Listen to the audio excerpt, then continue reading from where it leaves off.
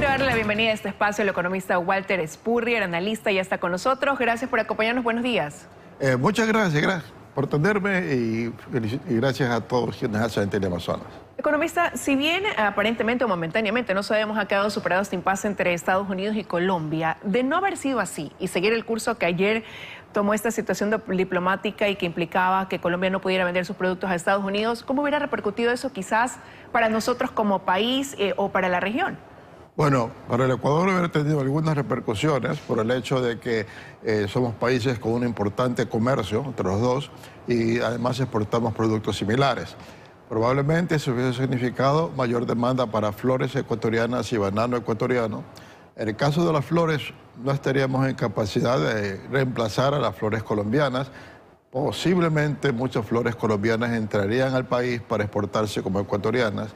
Por otra parte, eso hubiera llevado a una devaluación del peso colombiano, con el cual los productos colombianos hubieran entrado al Ecuador mucho más baratos y hubieran beneficiado a los consumidores, pero afectado a las empresas que producen los bienes comparables con los colombianos.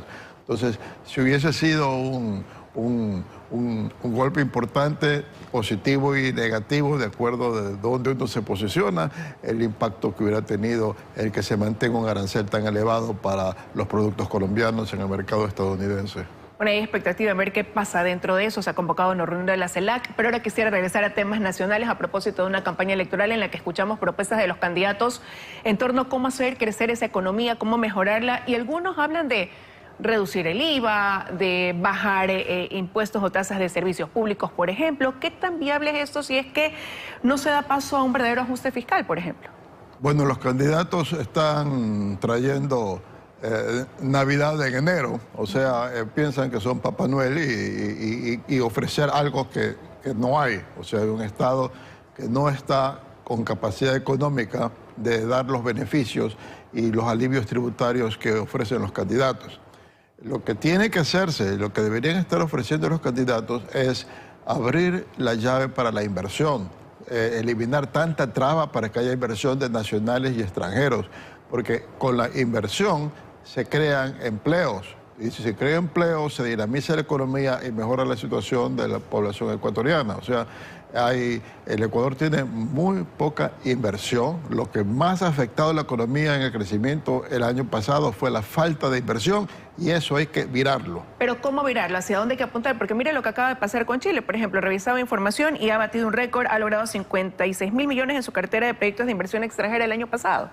¿Qué hizo bien Chile y qué no está haciendo Ecuador para poder lograr algo así? Bueno, en primer lugar, Chile tiene una institucionalidad, Chile tiene una administración pública que no tiene exceso de requisitos para la inversión, exceso de trámites. Por ejemplo, aquí si alguien quiere invertir y sobre todo si tiene que invertir en la sierra o la Amazonía, tiene que tener una licencia ambiental, tiene que tener una consulta popular. Y cuando hace las consultas, los grupos que son opuestos a esas inversiones, normalmente ecológicos, no permiten que se haya las consultas. El Ministerio de Ambiente no tiene la capacidad de manejar los permisos ambientales. Por otra parte, el gobierno tiene una política, el gobierno me refiero a lo largo de los años, ha tenido una política de firmar contratos de inversión con empresas, dándoles beneficios tributarios. Probablemente en muchos casos no serían necesarios, pero eso es lo que tiene.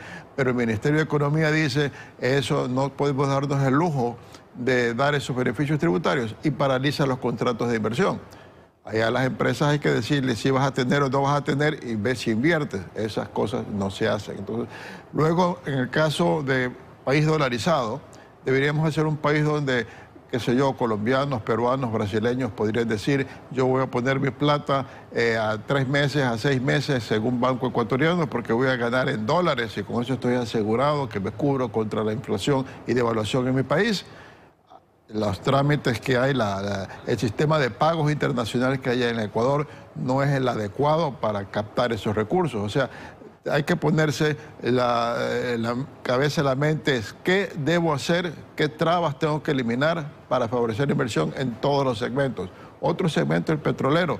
El gobierno se demora mucho, los gobiernos ecuatorianos se demoran mucho en tener los concursos para atraer la inversión privada en el sector petrolero, Perú lo está haciendo, Colombia lo está haciendo, nosotros no teniendo mayor potencial petrolero. Entonces, no hemos tenido esa mentalidad de que el capital tiene que traerse y tenemos trabas, funcionamos muy lento y por eso tenemos tan poca inversión. Y en base a su respuesta quiero tratar dos temas. Usted decía lo necesario de tener institucionalidad, habló de que puedan países vecinos traer sus capitales a lo mejor por cierto tiempo acá a los bancos, pero ¿qué mensaje se da cuando ocurre algo como lo que pasó la semana pasada? El hecho del Consejo de Participación Ciudadana, esta denominada Liga Azul, denominar o designar a otro superintendente de bancos, un tema que ahora la Corte Constitucional va a revisar, aunque hoy la Asamblea en la tarde va a posicionar al señor Romero. Bueno, ese es un tremendo problema que tenemos, ¿no? Esa falta de institucionalidad. Años atrás, la Asamblea, por razones políticas, destituyó a la superintendente de bancos, que hacía el trabajo muy bien, y de entonces acá hemos tenido superintendentes encargados y eso es un problema porque la superintendencia de bancos tiene que trabajar permanentemente haciendo seguimiento de cómo van los bancos privados y qué tiene que hacerse para controlar mejor a los que no lo están haciendo las cosas bien y asegurarse que haya un sistema financiero sólido en el país. Y eso es muy difícil hacer cuando se tiene una persona encargada que no sabe si al día siguiente la van a sacar y que probablemente la administración no le haga tanto caso como a un superintendente titular. Entonces, parece que ahora se va a solucionar el problema y afortunadamente estaría yendo Romero, que tiene una trayectoria en el sector financiero, porque ha estado a cargo de una entidad que financia a las cooperativas, o sea, él conoce el sector financiero, pero no podemos seguir así teniendo funcionarios claves, temporales y sujetos a peleas políticas, cuando tienen que ser personas técnicas que tengan estabilidad. Y eso por un lado, y por otro lado usted mencionaba la inversión petrolera. El gobierno actual tiene una meta de 100.000 barriles de petróleo al año, habla de aquí hasta el 2029 poder atraer inversiones por 42.000 millones de dólares. Hay candidatos que hablan de querer aumentar esa producción aún más a 600.000 barriles de petróleo diarios, pero ¿se lo puede hacer a través de Petroecuador manteniendo las reglas como están hoy en día? Yo pienso que algo se puede hacer si el gobierno se lo propone. O sea, metas parecidas tuvo el gobierno de Guillermo Lasso y sin embargo en ningún momento hubo estabilidad en ministerio ni en Petroecuador. En este primer gobierno de Noboa, porque suponemos que ese plan es para si es reelecto, en este primer gobierno de Noboa tampoco ha habido estabilidad. La buena noticia es que el presidente ha mandado un decreto ejecutivo, ha dispuesto que él va personalmente a estar en el directorio de Petroecuador. Entonces esperemos que eso significa de que los procesos se van a acelerar. El caso de lo del gas del Golfo, es un caso en que vemos como en el Perú están avanzando porque ellos tienen lo último que les queda del gas del Golfo como potencial hidrocarburífero y están trabajando allí y nosotros no hacemos nada teniendo todo el Golfo de Guayaquil, toda la parte central, no hemos hecho nada. Lo mismo en la Amazonía. Yo no creo que las ofertas de otros candidatos de tener un aumento de la producción petrolera mayor de lo que dice Noboa, no creo que sea factible. De hecho, los planteamientos de Noboa en ciertos aspectos es aspiracional, como la apertura del suroriente, y eso es encontrarse con gente muy activa y violenta, manejadas por los grupos ecológicos que se oponen. Se ha tratado de hacerlo antes y no ha sido posible. Pero en todo caso es bueno ponerse esas metas fuertes, altas y hacer lo posible y aumentar la producción petrolera. Y una meta que deberían tener quienes aspiran a llegar a la presidencia es la reducción del gasto público tan mencionado, pero difícilmente ejecutado.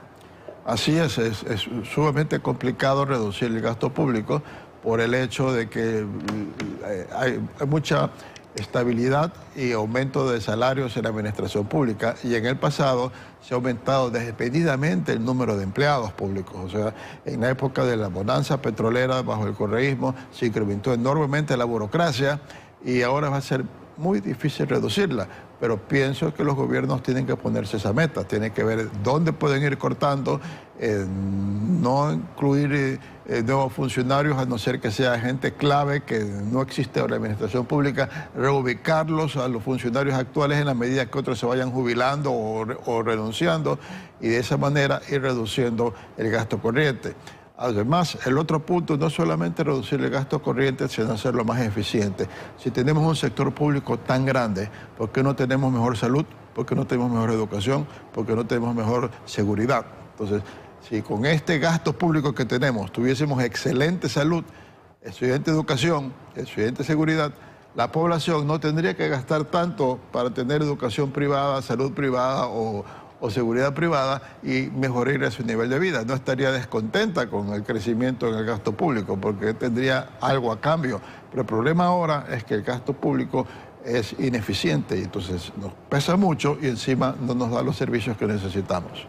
Gracias, economista. Importante conversar con usted para tener claro qué pasa en materia económica y hacia dónde deben apuntar ahora que escuchamos tantas propuestas cuando faltan 10 días para ir a las urnas. 10 días para que concluya la campaña más bien y luego iremos a las urnas. Así es. Gracias por atenderme y siempre a disposición de ustedes. Que tenga un buen día.